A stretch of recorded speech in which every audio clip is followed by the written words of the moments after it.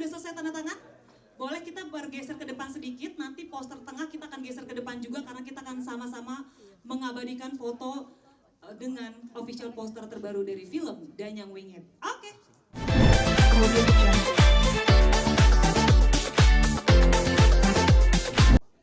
Oke.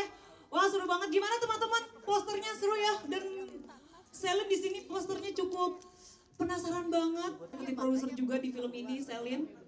Dan kita mau tanya-tanya banyak hal seputar film Danyang Wingit. Oke, sudah selesai? Karena sebentar lagi kita akan foto bersama official poster kita. Yang sudah tanda tangan, yuk kita bergeser ke depan. Kelihatan nggak? Oke, aman lah ya. Sip, untuk jajaran filmmaker sudah selesai tanda tangan? Boleh kita bergeser ke depan sedikit, nanti poster tengah kita akan geser ke depan juga karena kita akan sama-sama mengabadikan foto dengan official poster terbaru dari film Danyang Wingit. Oke.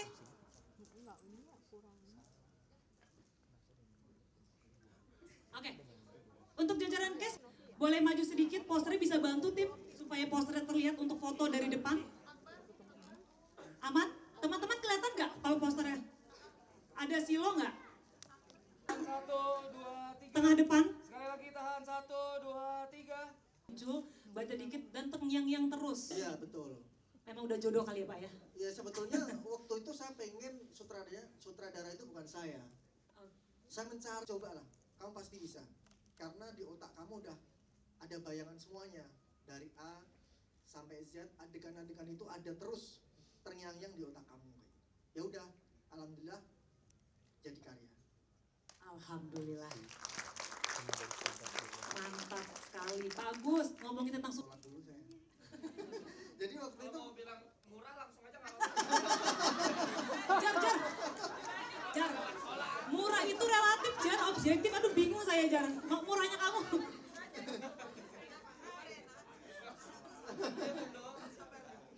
memang jajaran cash waktu itu banyak banget ya yang disodorkan ke saya, tapi nggak tahu kenapa, mungkin dari hati ya, saya memilih Kak Selin Evangelista sebagai peran utama di situ dan Mas Fajar Nugra. Cuman itu aja sih, jadi simpel-simpel aja sih. Emang udah klik sama dua orang ini ya Pak ya? Banyak banget yang mungkin lebih ganteng ya dari Mas Fajar. Tapi lebih itu tepuk tangan dong buat Agus. Selanjutnya, tadi karena udah di-mention sama Pak Agus tentang Selin Evangelista, langsung aja kita mau bergeser ke Kak Selin selaku aja yang banyak katanya.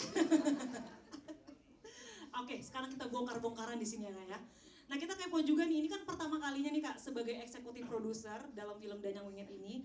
Apa sih kira-kira yang ngebuat Kak Selin itu akhirnya pengen masuk dan terlibat menjadi eksekutif produser di film ini? Silakan Kak. Salah satu yang membuat ketertarikan untuk menjadi bagian dari film Danyang Wingit ini sendiri pastinya karena honor. Honor, bener ya kan? boleh. Iya kan? Ya karena ada kerja. Iya. Oke. Oh iya.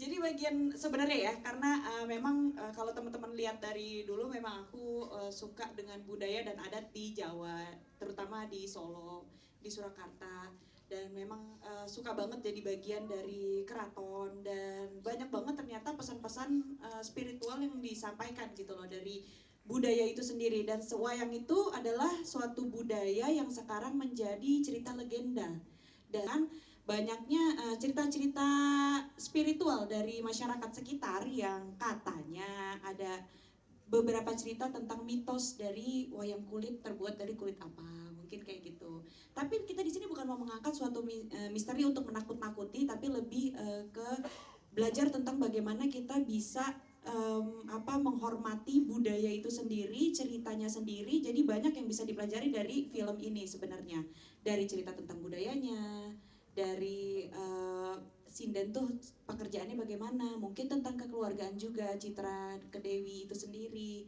banyak yang relate dengan kehidupan juga. Jadi memang setiap budaya itu memiliki cerita dan setiap cerita memiliki maknanya sendiri gitu. Oke, berarti gimana nih Kak? Kalau dideketin Pak Agus nggak boleh karena ada istrinya. Cuman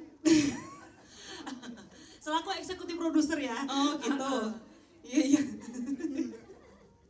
jadi jadi nggak maksudnya kalau misalnya comeback di Yang entertain. pertama dulu ya, alasan kembali akhirnya comeback melalui film ini. Oh main Sam- film. Ya, sampai akhirnya kolaborasi dengan Pak Agus dengan karakter di Memang aku jarang mau ngambil film sebenarnya.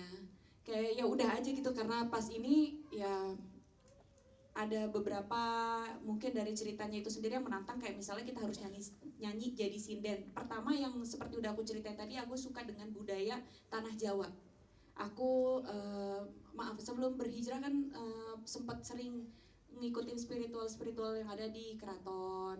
Sejarah-sejarahnya tuh aku pelajarin banget sampai bagaimana cara belajar bahasanya, bagaimana cara upacara-upacaranya, kegiatan-kegiatannya itu aku pelajarin banget. Jadi memang aku suka dengan budaya ini, budaya Jawa.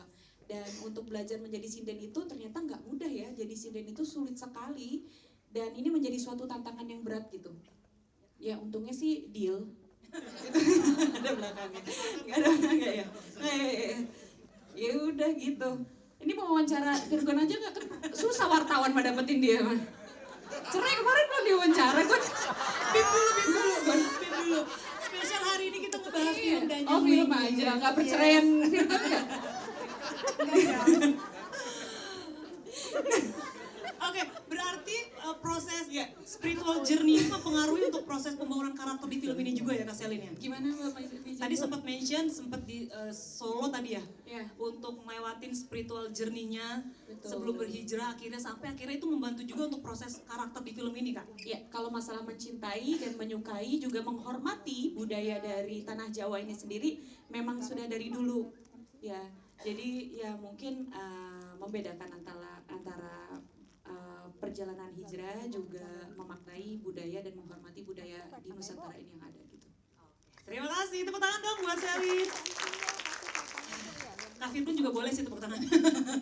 Jadi gimana Gun ceritanya? Kok nangis? Baik, selanjutnya kita mau bergeser ke case berikutnya, ada Kak Natalie Hoser. Mikrofonnya boleh bergeser. Kita juga penasaran nih, apa sih alasan utama nih akhirnya Oke, ini kembali lagi kepada topik yang tadi ya. Awalnya karena cuan ya. Terima kasih kepada Mas Agus dan Bu Selin ya. Ini karena cuan ya. Itu dan Kajar.